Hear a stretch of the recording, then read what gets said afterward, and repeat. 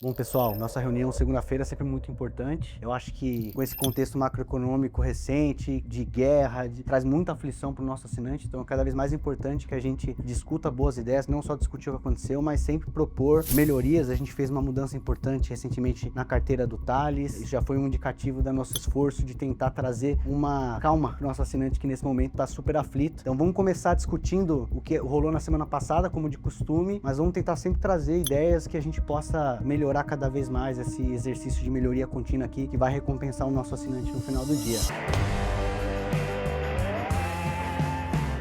Começa aqui apresentando as principais notícias do desempenho dos mercados na última semana, né? A gente tem discutido isso, acho que a gente até falou, né? Teve de novidade em relação a esse conflito, né? O petróleo continua alto, tá a $112 o barril, para alegria do Evandro, né? Porque vamos. Muitas teses da carteira que estão se beneficiando, né? Até se quiser passar um pouquinho do que você tá vendo de petróleo, se isso já tá te animando de alguma maneira. Cara, eu acho que a hora de falar de petróleo era em janeiro, quando eu tava aficionado e ninguém queria saber. Agora que todo mundo tá falando de petróleo, eu não estou olhando mais pro petróleo, tô olhando pra outra commodity, como soja, por exemplo. Então, cara, eu vejo como os preços, eles não vão se estabilizar assim por muito tempo, tá? A gente vê a precificação da curva, né? Ela tende a decrescer, você tem um incentivo muito grande pra produção. Eventualmente a situação do estreito vai se normalizar, quando? Não sei. Sei que nós já estamos posicionados em petróleo e agora a gente tá olhando pra outras posições que podem se beneficiar de um período de estresse, né? Commodities que estão desacreditadas, mas que na minha visão tem muito potencial. Como você falou, é difícil saber quando que vai reabrir o estreito, né? Mas eu dei uma lida sobre, mesmo numa eventual abertura do Estreito de Hormuz, isso não significa que as embarcações vão voltar a passar. Tem alguma certa liberação, mas o preço que empresas de seguro estão cobrando para fazer o seguro daquela embarcação já está fazendo com que haja impacto econômico, mesmo se tiver uma abertura parcial daquilo. E a gente não consegue acreditar muito no que a gente ouve do noticiário, porque cada hora muda, né? O presidente Donald Trump dizia que queria evitar a todo custo a presença militar em terra, né? E a gente viu ali 10 mil soldados chegando ali, os Marines, né? Tem a parte da Marinha Americana já entrando no território. Então, assim, a gente não consegue ter uma expectativa de quando que isso vai se resolver. Então, a gente tem que lidar com a volatilidade, apesar de a gente não conseguir escolher quando que o estreito vai ser reaberto, né? Mas esse é um bom ponto, viu? Abrindo o estreito amanhã, o preço não volta para aqueles 60, $65 que nós vimos no início do ano. Tende a demorar para normalizar, né? A cadeia já foi disruptada. Perfeito. Até porque tem uma série de infraestruturas que foram abaladas por conta da própria guerra. A gente tem alguns elementos novos que chegaram aí ao longo dos últimos dias. Então tem o pessoal pensando em desenvolver a mesma metodologia que fizeram na Ucrânia, que fizeram o corredor de grãos. Então estão tentando a ideia de fazer a mesma coisa no Estreito de Hormuz, fazer um corredor para passagem de petróleo, até para você ter condições mínimas de continuidade da economia mundial, né? E semana passada a gente viu o petróleo na faixa dos 100, mas na mesma semana você viu o petróleo na faixa dos 90, então essa volatilidade vai ficar à mercê das redes sociais do Trump. O petróleo tá mais volátil que o Bitcoin. É o mesmo. Quem diria? Eu acho que tanto o petróleo quanto os mercados, eles estão ao sabor do conflito, né? Então, por exemplo, no comecinho da semana houve uma espécie de trégua e o petróleo deu uma desabada ali, caiu 10, 15% na segunda-feira. Durante a semana a coisa foi ficando meio que equilibrada nesse patamar de preço, voltou a subir na reta final da semana porque o conflito se acentua. Então, assim, no final das contas, a cada notícia, a cada novidade, o preço do petróleo e também dos mercados, eles vão se alterando, né? Até já puxando um pouco o gancho aqui para a próxima parte aqui do nosso início de reunião, o mercado ele ficou meio esquizofrênico, né? Você pega a Europa, por exemplo, resultados mistos, algumas regiões no positivo, outras no negativo, só que sem uma direção muito forte, muito acentuada. O Brasil acabou indo bem, mas nos Estados Unidos as bolsas fecharam no negativo, porque de certa forma elas estão mais conectadas ao conflito, né? Então, nesse momento, até mesmo os indicadores econômicos e financeiros não estão fazendo muito preço. É o mercado tentando se posicionar e até mesmo adivinhar o que pode vir de novidade aí da geopolítica,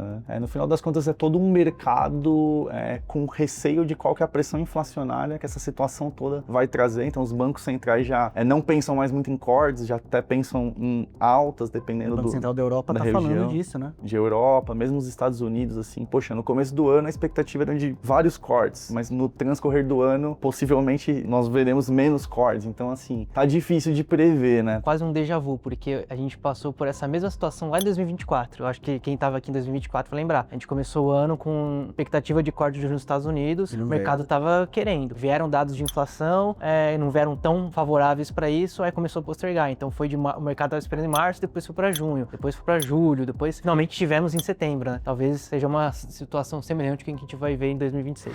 O Eurostock 600 na semana acabou positivo, mas caiu uma queda mais intensa. Até o Rodrigo narrou um pouco isso, né? Você teve uma reversão desse risco pro final da semana, né? Exato, assim, e no final das contas, por exemplo, a gente usa como referência muito o índice, que é o Eurostock 600, ele é um índice um pouco mais amplo, assim, pega 600 empresas ali do bloco e ele fechou no positivo, mas algumas das principais regiões não necessariamente no positivo, né? Alemanha, França e Reino Unido são as maiores bolsas ali, né, do ponto de vista de capitalização de mercado, não necessariamente fecharam no positivo também, então tem sinais mistos ali na Europa numa semana de poucos indicadores econômicos sendo divulgados e os poucos que foram divulgados também não fizeram preço por conta de toda a narrativa que a gente acabou de comentar. E o Japão acabou ficando estável, né? Tava perdendo em relação, falando de mercado asiático, em relação à China, pela maior vulnerabilidade do Japão em questão de obtenção de commodities energéticas. A China tem melhores arranjos, tem uma proximidade maior com Rússia, tem ali melhor comunicação com o Irã, inclusive das poucas embarcações que passam ali pelo Estreito de Hormuz hoje, a maioria é ali de controle iraniano ou de países que tem ali um certo alinhamento ao Irã. Então a China foi considerada como mais blindada e estava caindo menos que pares asiáticos. Semana passada teve até uma certa reversão, né? O Hang Seng, que é a bolsa de Hong Kong, corrigiu bem mais, também por conta de ser uma bolsa que tem uma pegada mais de tech, mais intensa também. Exato. Às vezes também tem um pouco, o mercado ele se movimenta muito, né? Então, às vezes o que acontece na semana vigente conversa um pouco com o que aconteceu na semana anterior. Aí eu já faço até um link aqui com o Brasil. Poxa, a gente vinha de 4 semanas de quedas até que acentuadas. Então tem um pouquinho de recuperação de algo que já está muito machucado, né? Por exemplo, no mês o Ibovespa vem caindo, mas teve uma recuperação ali pontual, uma recuperação parcial, na verdade, do que já vinha em queda, né? Em contrapartida, o IFIX, né, Ricardo, tá ali andando de lado.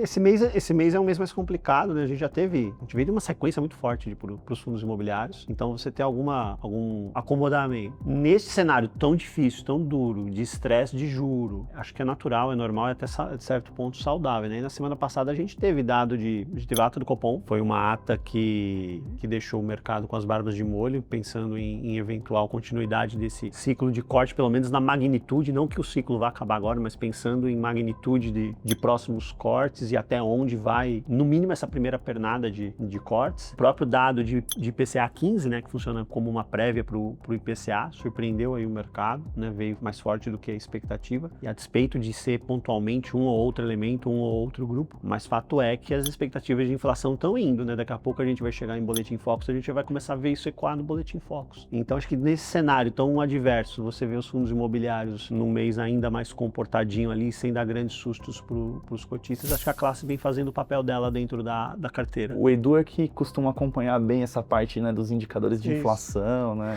O IPCA 15, ele veio acima do que o mercado esperava, veio 0,44 em março, mas até a gente tinha comentado no dia da divulgação que me parecia que o mercado estava otimista demais para o resultado. Você pega ali o qualitativo do IPCA 15, teve, por exemplo, o item que mais subiu dentro da cesta foi açaí, 29%. Assim, tá bom, é um item que subiu pra caramba de um mês, mas acaba tendo uma contaminação muito grande dentro do IPCA 15. Até a parte de transportes, que a gente achava que ia ter uma alta muito grande por conta de preço de combustível, não foi tanto afetado, então passagem aérea subiu acho que 5,9%, o transporte como categoria subiu só 0,21% em março, então assim, tava mais tranquilo, foi mais uma questão de alimentos mesmo, e quando a gente pega o acumulado em 12 meses, a gente tá vindo de uma trajetória lá de abril de 2025, acumulado em 12 meses, 5,49, e ele caiu para 3,90 nos últimos 12 meses agora em março. Então, além de você fazer a comparação contra o mesmo mês do ano passado, ele veio menor, mas se a gente comparar acumulado em 12 meses com o mês passado e até mais de 12 meses, ele vem tendo uma desinflação, né? Vem tendo uma redução do ritmo da inflação, na verdade. E aí, quando a gente pega os dados do IGPM que foram divulgados hoje, por exemplo, a gente já começa a ver o impacto negativo da alta do preço do diesel. O mercado não gostou, né, desse resultado final. Aí também entrando um pouquinho na ata do Copom, não teve muita novidade. O Copom ali naquela linha mais dura de que não quis se comprometer com magnitude de corte, que vai depender muito do desenrolar de dados referente a preço de petróleo, mas o horizonte relevante dele é terceiro o TRI de 27. E aí quando a gente entrar no relatório Focus, a gente mostra as mudanças que teve também em relação à perspectiva de mercado. Commodities a gente comentou um pouco, né? Petróleo 56 de alta no mês. Esse aí é o fechamento de sexta, né? Sim. E o ouro 2% na semana, mas dado que já tinha caído na semana anterior, a semana passada, tinha caído bem mais, né? Caiu só um pouquinho perto do que já tinha caído na Tinha semana. tomado um tombo, agora foi um tropecinho, né? No mês já menos 15%. É, já 15% no mês, né? Semana retrasada tinha sido a pior semana dos últimos 20 anos, 40 anos pro ouro. Trouxe bastante aversão, né? Porque pra gente aqui é um ativo que é visto como seguro de carteira. E aí, mas você vê ele caindo, assusta os assinantes e é importante que a gente reforce a importância dessa commodity, né? A gente faz sempre aquela analogia do seguro do carro, né? Que se tudo der certo, eu vou pagar a vida inteira e não vou usar. Mas você quer ter o seguro quando você bater o carro, né? Então a gente quer ter algo que possa amortecer uma queda caso esses eventos geopolíticos perdurem por muito mais tempo. A gente ainda tá com um juro relativamente alto nos Estados Unidos, mas se tiver condição de cortar, você traz ali menos atratividade para a renda fixa norte-americana e pode favorecer um pouco ali o ouro a performar como esse seguro de carteira, como vem fazendo, né? Ele continua sendo, acho que o Rodrigão vai ter os números mais afiados, né? Ele continua sendo um dos principais ativos da nossa carteira. Continua, né? Assim, o Bitcoin teve uma queda forte recentemente, já vou até passar pro Thales, né? Mas ele vinha como um principal destaque da carteira e o ouro foi ganhando força, né? Que subiu demais, 24, 25. Começo do ano, tanto que mesmo com essa queda forte de março, ele ainda continua positivo no ano. Então ele vem numa trajetória de puxar para cima e as linhas estão se cruzando, né? Sim.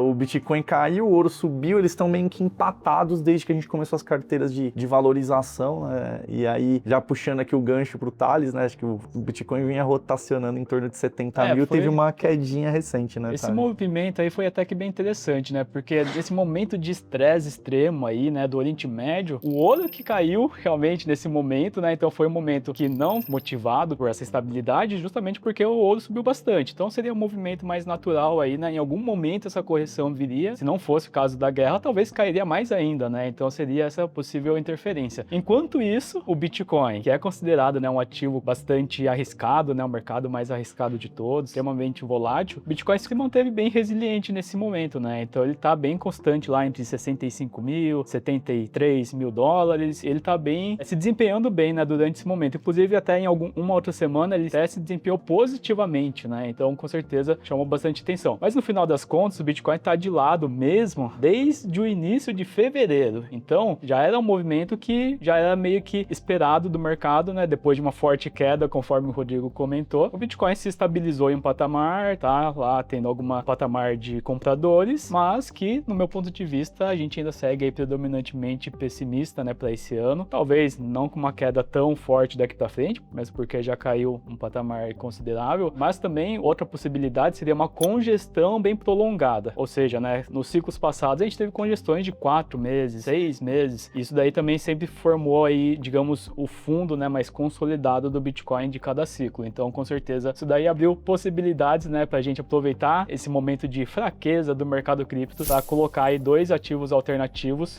pela primeira vez aí na carteira da Finclass, na fatia de alternativos, que não é montada somente com criptoativos. A gente tem 2 ativos novos aí do mercado financeiro tradicional, que fica aí só para os nossos assinantes. Mas acho que tem um ponto que é importante, que eu sempre provoquei o Thales, assim, ao longo do tempo. Poxa, Thales, só tem criptoativos na nossa faixa ali de alternativos e ativos convexos, porque ele sempre me dizia, tinha razão, neste momento, né, no caso, ali no passado, era o que tem mais potencial de retorno naquele momento. E agora, ao contrário, né? Agora o mercado já está nessa tendência de baixa, que tende a ser mais prolongada e que, por momento específico aí, que a gente vai ter essa posição mais estratégica. Não quer dizer que é um trade, um movimento de curto prazo, é realmente para tentar explorar essa oportunidade que o Bitcoin vai dar nesse período. Tem um ponto, né? Vou até puxar aqui o Evandro, a gente vem observando bastante as empresas de tecnologia nos Estados Unidos, né? Aquele índice, tanto tem o S&P 500, o S&P 500 X, as 7 magníficas, né? Então, poxa, como isso está se distanciando, né? O peso das 7, elas estão em torno de 40% hoje em dia e elas fazem muito a direção do S&P. Porém, nesse momento em específico, elas estão performando pior, né? Do que as outras 493, de acabar gerando ali uma abertura ali de jacaré ali no gráfico, não é isso, Evandro? Você também está olhando bastante para as small caps ali nos Eu tô olhando não só para as small caps brasileiras, como blue chips e small caps americanas, né? Eu tenho essa tese que eu compartilho, inclusive, com a Raiz, de que nós tivemos um desempenho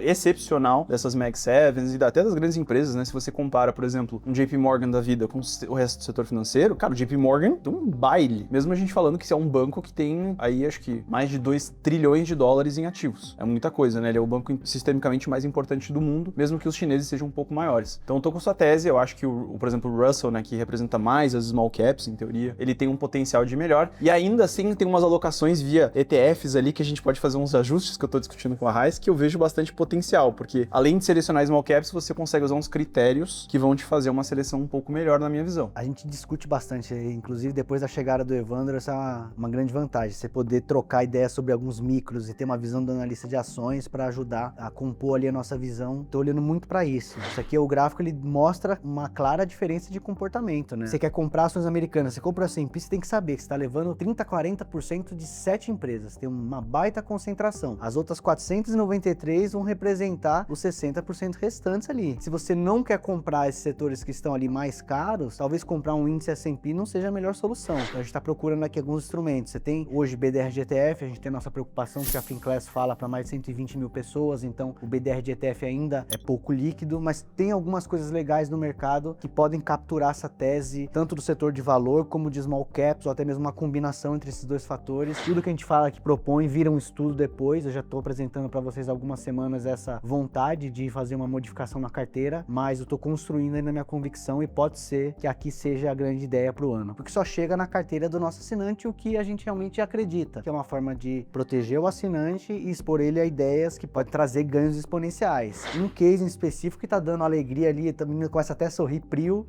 é uma tese de muito sucesso que o Evandro trouxe para nós aqui este ano. E eu não tenho como não aproveitar essa oportunidade para fazer uma provocação de que você pode fazer parte disso. Você pode ter todo esse time de analistas e outros tantos que você não vê no dia a dia trabalhando por você. Melhor ainda se puder fazer isso com desconto. Então já fica ligado, dia 23 de abril, 50%, entra na lista de espera, porque já me deram um spoiler que vão ter vários bônus incluídos, além da própria Finclass, que é óbvio, a cereja do bolo aqui. Esse daí foi um gráfico que eu encontrei e eu acho que pode ser importante aqui pra gente passar. E esse daí ele é um índice que mede a probabilidade de mudança na retórica da liderança americana, basicamente o Trump. Então assim, não vem ao caso entrar nos detalhes da metodologia, mas eles tentam identificar qual que vai ser a próxima fala ou o próximo direcionamento que o presidente dos Estados Unidos pode dar, e isso obviamente acaba fazendo muito preço. Então lá no passado parece que os indicadores econômicos eles faziam mais preço, movimentavam o mercado. Com o tempo parece que a cena política ganhou uma relevância maior do que ela tinha há coisa de 20 anos atrás, e agora a cena geopolítica tá fazendo toda a diferença. Olha que ponto chegamos.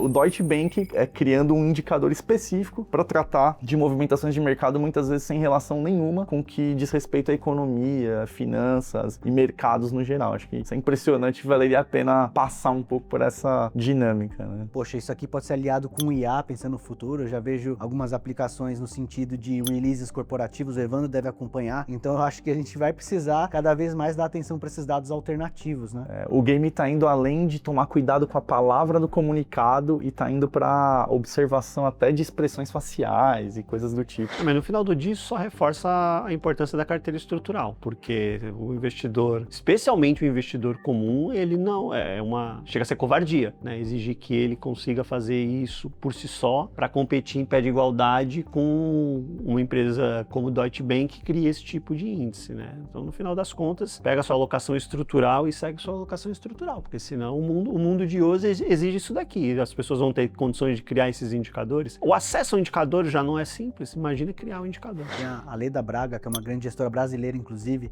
que ela tem um fundo sistemático dela, ela fala muito sobre que o fundamento ainda é o mais importante. Esses dados alternativos, essas novidades de hoje em dia, ainda estão aprendendo como utilizar. E ela falou, por exemplo, aqui no fundo que a gente investe muito em dados alternativos, mas ele representa, sei lá, 5% do resultado. O resultado ainda depende de uma alocação bem feita, em olhar os fundamentos, mas cada vez mais o barulho do cenário político bate nos mercados, não tem como fugir, né? Cada tweet do Trump, o mercado movimenta. Expectativas de corte de juros, né? Em relação à semana passada, que é do fechamento de sexta, né? Desde o começo do ano, o mercado esperando o corte de juros já para fevereiro, março, né? E a gente vê a fotografia de hoje manutenção. 10 pontos percentuais a mais de probabilidade de manutenção agora. E até aquele dirigente que foi indicado lá pelo Trump também votou pela manutenção na última decisão de juros. Que em outros votos ele foi ali um dos mais dovish, né? Mais inclinados a corte de juros. E agora ele concordou com a manutenção. uma coisa importante ali. Então esse juro mandou uma mensagem boa pro mercado, né? De que, cara, talvez vocês tenham que recalibrar as expectativas, porque não vai ser desse jeito fácil, não. Os números estão apontando para isso. Teve diretor do Fed,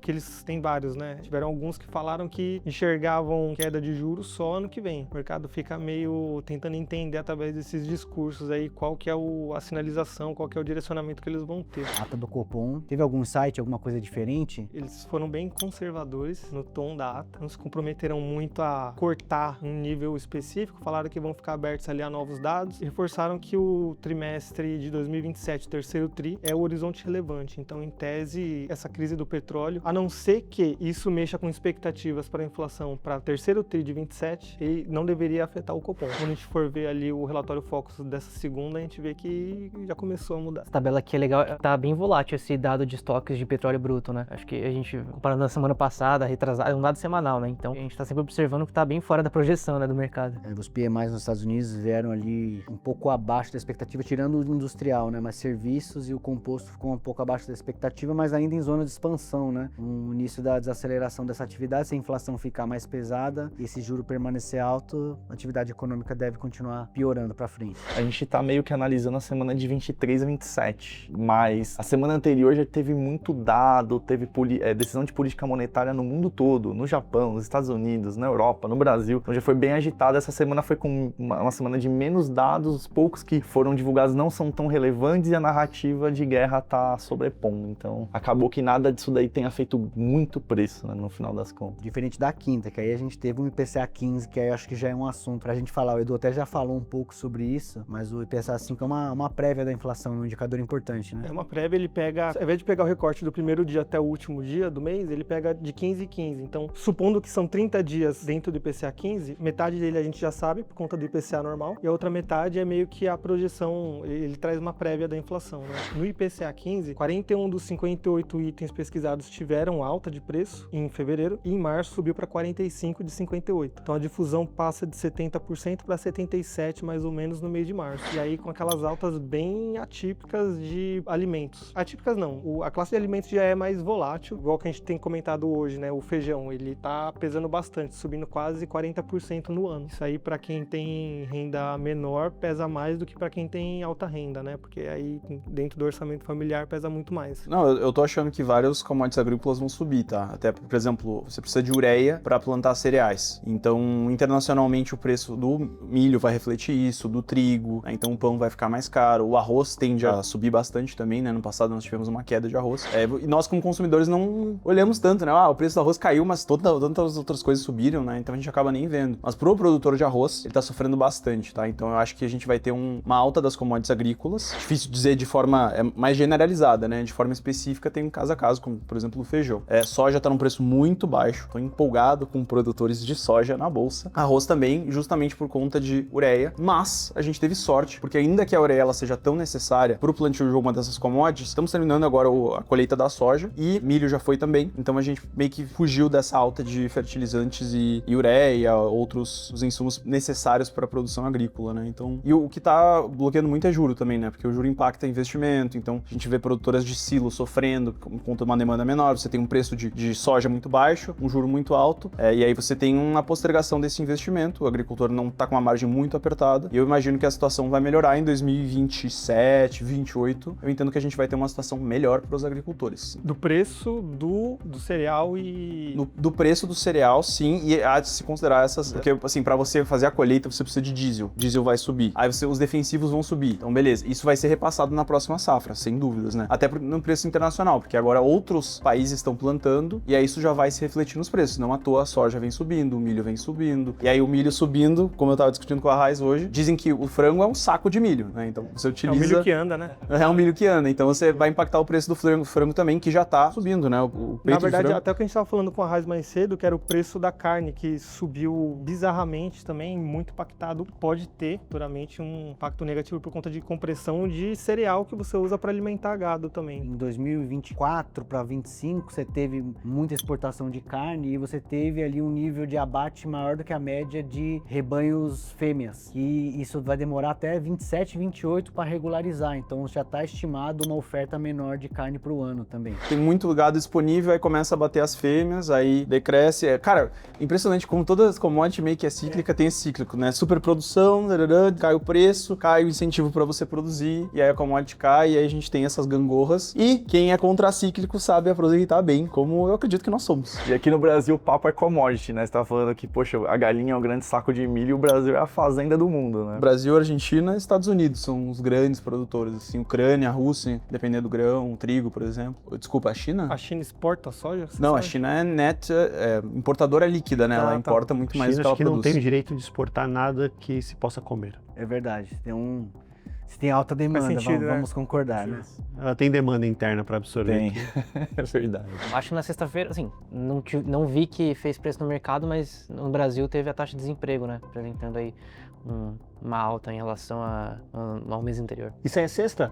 Isso, 10 Nossa, bips primeiro a mais. dia da semana que não teve discurso do Trump, até ele sextou, velho. Teve o índice de confiança ali da Universidade de Michigan também apontando uma baixa razoável. Isso daí, de certa forma, prejudicou um pouquinho a sexta-feira e o desfecho de semana nos Estados Unidos. O negócio tá imprevisível. Se o consumidor vai ficando mais aflito no presente, isso é menos atividade no futuro, é menos PIB, então faz preço. Né? E a expectativa também jogando a inflação para cima, então é o sentimento, né, do americano também em relação à sua própria economia. Não é que nem a gente que já sabe lidar com a inflação, né? Já tá acostumado. Especialistas aqui. É isso que eu queria falar, né? Quantas semanas, já a terceira semana de reajuste para cima da expectativa de inflação, né? Aí, Edu, Boa, hora seu de brilhar, momento, hein? Edu. Olha lá. O que a gente vinha falando era que depois que estourou a alta do barril do petróleo, as expectativas no Focus para 2026 estavam subindo para o IPCA, mas 27, 28, 29 não estava subindo tanto. Então o que a gente pensava era, o mercado está falando que é um surto de inflação no curto prazo. Porém, na divulgação de hoje, as coisas começaram a mudar. pegar 26, ó, IPCA de 26, foi para 4,31, certa mediana, só que se você pega a ponta últimos 5 dias, 4,47, ou seja, do aquilo lá que a gente estava conversando, ó, chegamos no teto da meta. Os economistas estão atualizando o modelo mais recentemente, tá tudo indo pro teto da meta já. Em 2026 a gente já esperava que fosse subir, aqui a expectativa de mercado de 4,17 passou para 4,31. A gente começa a olhar 2027, começou a subir marginalmente,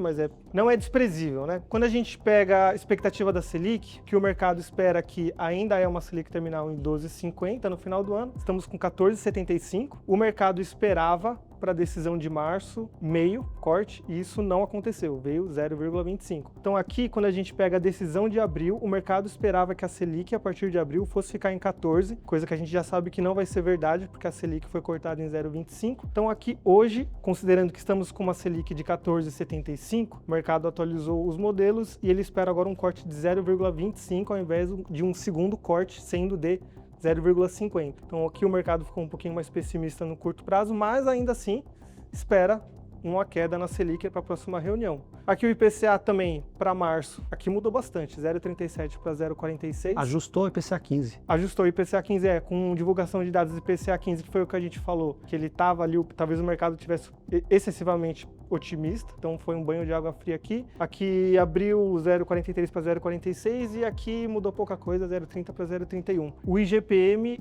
aqui em abril foi o que chamou bastante atenção, subiu de 0,36 para 0,43. Acho que muita coisa aí é a atualização de modelo em relação a preço de commodity e o IGPM é muito commodity dolarizada, né? Então isso acaba jogando um pouquinho contra, talvez.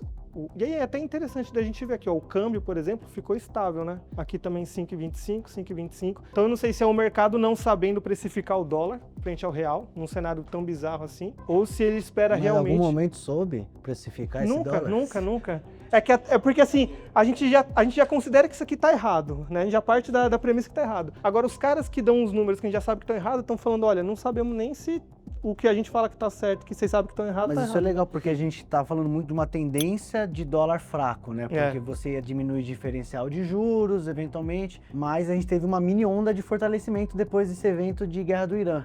E isso pode voltar a acelerar a inflação também, né? Se perdurar. Isso mostra que a curva tá dando uma mexida, né? Então a parte mais curta da curva, que acho que até o que o Ted vai mostrar aí, deu uma bela de uma mexida. Então vendo ali a curva, a linha meio vermelha, meio laranjada escura, era referente ao fechamento do primeiro semestre de 25. A azul era a expectativa para juros para vários prazos para o final de 2025. E a verde mais escura seria meio que a curva mais atual. Então tem bastante gordura na curva. O pessoal que acompanha as nossas recomendações tem até mandado algumas perguntas do tipo, pô, Edu, a gente consegue ficar exposto a essa gordura a mais que está na curva? E a gente tem ativos que a gente recomenda que justamente pegam esse alfa a mais. Mas qual que é o problema? Eles são ETFs de renda fixa, então eles são negociados na bolsa. O preço já deu uma descontada, mas justamente para compensar esse yield maior.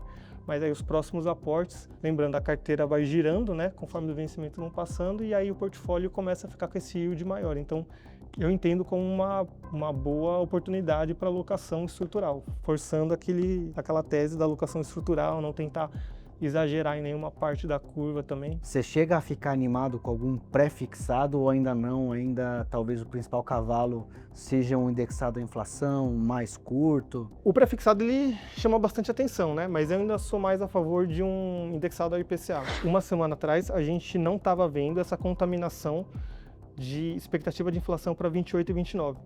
Então, em tese, quem pegou um pré semana passada estava com um cenário base, e agora que a gente já começou a ver isso respingar em vértices mais longos, né, vencimentos mais longos, isso prejudica. Então, na dúvida, pega um IPCA mais que você tem um segurinho ali, se o IPCA subir muito, ao invés de você ganhar exatamente na taxa da curva ali pré, você se protege contra a inflação. Se a gente pegar a curva verde clara, ela pega exatamente o período pré-guerra no Oriente. Exato. Então é bom a gente manter essa Mas curva verde clara nos próximos comparativos, nas próximas semanas, para a gente ver como é que a verde escura, que sempre vai ser a atual, se comporta ante esse cenário. Eu suspeito que seja aquela curva de quando o mercado estava otimista demais, falando que a Selic ia cair 0,5, que ia chegar... O mercado só quer um motivo para voltar a ficar otimista demais. Então a gente... Ele criava umas narrativas que a gente falava, cara, não faz sentido isso aí. O mercado só quer ser feliz. Mas essa Quem curva não quer? atual não é nem saudável, você não tem prêmio pelo prazo, né? Você tem uma curva flat.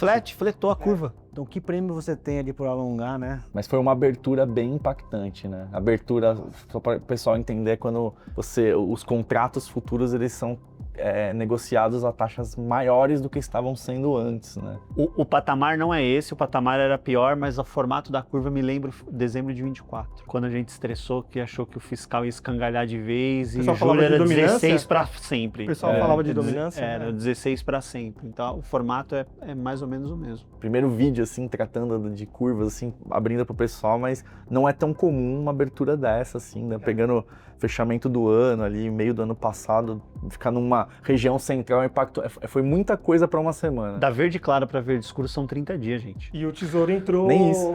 E o Tesouro entrou cancelando o leilão, fazendo recompra no mercado, para segurar um pouco de volatilidade, que muito disso aí ele não segurou, ele não direcionou o mercado, mas ele quis reduzir volatilidade. Então, o pessoal até relatou, pô, tentei comprar Tesouro Direto, estava fechado para resgatar, estava fechado para aplicar, para resgatar não. E aí a gente até fez a news também de renda fixa falando sobre isso, não é direcionamento de mercado, é para você ter mais segurança, para você ter um preço melhor, senão fica muito irracional. Pô, eu resgatei agora 15 minutos atrás, aí o meu amigo que resgatou há 1 hora atrás, a gente está com preços totalmente diferentes, né? Então fica bem complicado em momentos de volatilidade monstra, assim. Se a gente pegar títulos públicos, não do Tesouro Direto, título público federal, de prazo mais curto, talvez a gente chegue a ver IPCA mais 9. E aí provavelmente vai ter gente perguntando. Mas aí o investidor pessoa física não tem acesso a esse título, né? É só no secundário, né? Só no secundário, sem liquidez. E aí tem que tomar cuidado, porque aí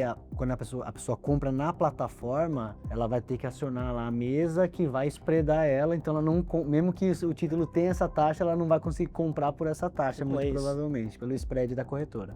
Não é sempre que a gente vê o Brasil cheio de verdinhos no gráfico numa semana de global em queda, né? Então, acho que nós estamos num momento meio sui generis para o Brasil, porque, como você mencionou, nesse período de inflação e incertezas, os ativos hard assets, né, os ativos reais, eles tendem a proteger da inflação. Então, commodities tendem a se valorizar, o dólar está perdendo força. E aqui nós temos várias produtoras de commodities, por exemplo, na alta, né? Petrobras subindo bastante, ainda que eu tenha um certo receio com Petrobras, dado que nós temos uma defasagem. Capital misto?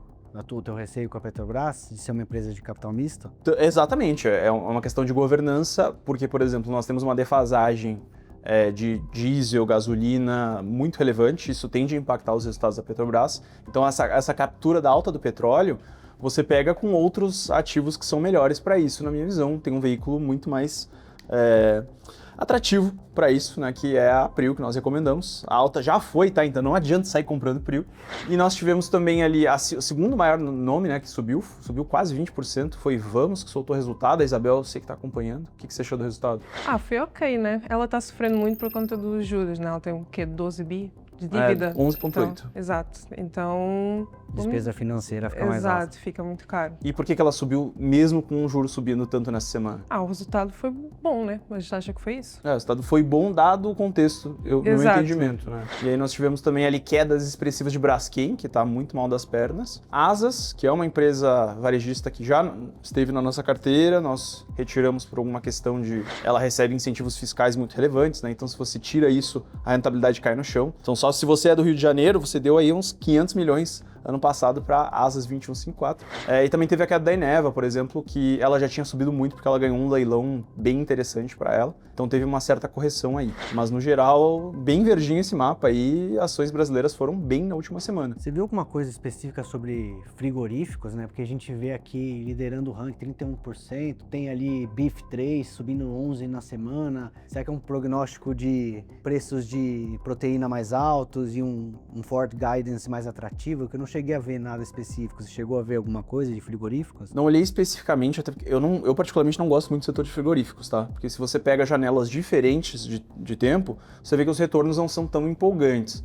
Talvez a JBS tenha entregue ali um retorno melhor, mas, poxa, Minerva, cara, eu olho desde 2019, tá? Eles não estão desalavancando, a dívida líquida cresce pra caramba, né? Eles compraram 7 bi em ativos da Marfrig, que estão bem alavancados, uma despesa financeira bem relevante. E é um setor muito intensivo em capital, você precisa investir em plantas, né?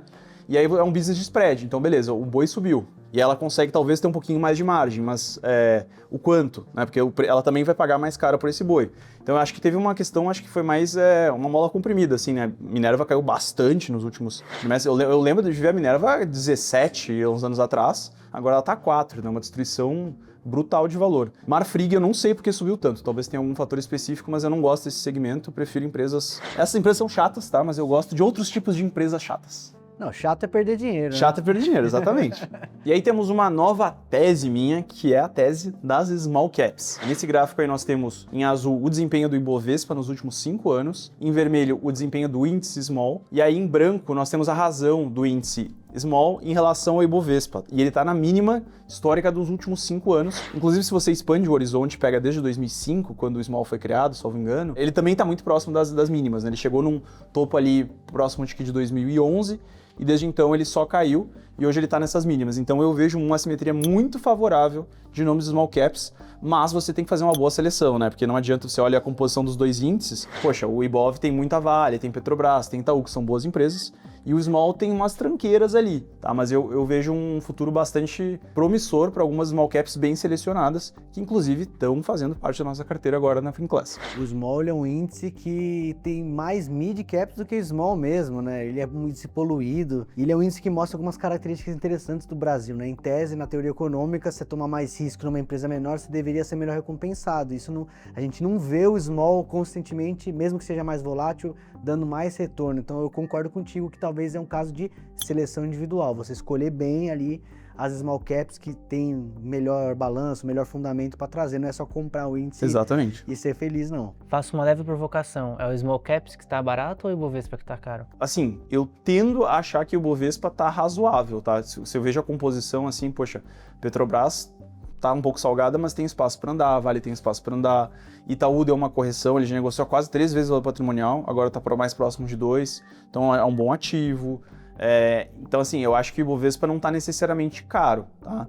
Mas eu vejo o small como muito mais barato. Se olhar pelo preço-lucro, né, do índice, ele tá em níveis muito abaixo, assim, das médias históricas, né? É óbvio, né, você não analisa só um índice isoladamente, mas acaba sendo um bom indicativo do que do que faz sentido para considerar caro ou barato. Aqui é o terror anunciado, né? Gasolina muito defasada, 38%. O mais atual é o de baixo, né? 39,24%. Só aumenta essa defasagem. Vai explicar que esse aqui é a diferença entre o preço aqui no Brasil versus lá fora, né? Então, a gente tá com um preço 40% mais barato em relação ao que deveria estar. Então, meus caros, abasteçam, a não ser que você seja acionista da Petrobras. Se não for o caso, vai no posto e enche o tanque. Confia. É que na teoria, né, o preço justo, ele está consideravelmente mais alto do que o que a gente está pagando agora, né? Então, tem algo a ser corrigido aí em breve. Ainda mais que a gente sabe como funciona a dinâmica na bomba, né? Num reajuste para cima, no dia seguinte o cara aumenta lá. Agora, se tem uma queda, demora um tempo para reajustar. Então, quando fizer essa correção de preço, o preço na bomba deve subir rapidamente. Ali. Já no eleitoral ainda, o governo vai dar uma segurada até o último segundo para não fazer esse reajuste. Se fizer, vai dar um voucherzinho lá para, olha, a gente paga aqui via governo, né, mesmo que estourar um pouquinho mais da dívida, né? Inclusive, a gente tá chegando perto daqueles períodos chave da medição da popularidade de presidenciáveis, né? Que agora, adentrando ali perto da metade do ano, a gente vai olhar muito para a pesquisa eleitoral, como que tá a popularidade do governo, e com certeza isso aqui é algo que pode tirar a popularidade de um governante, né? Já acabou de ter impressão agora do governo federal em cima dos governadores para fazer alguma coisa em relação ao ICMS, né? Que os governadores, obviamente, não vão abrir mão desse tipo de receita.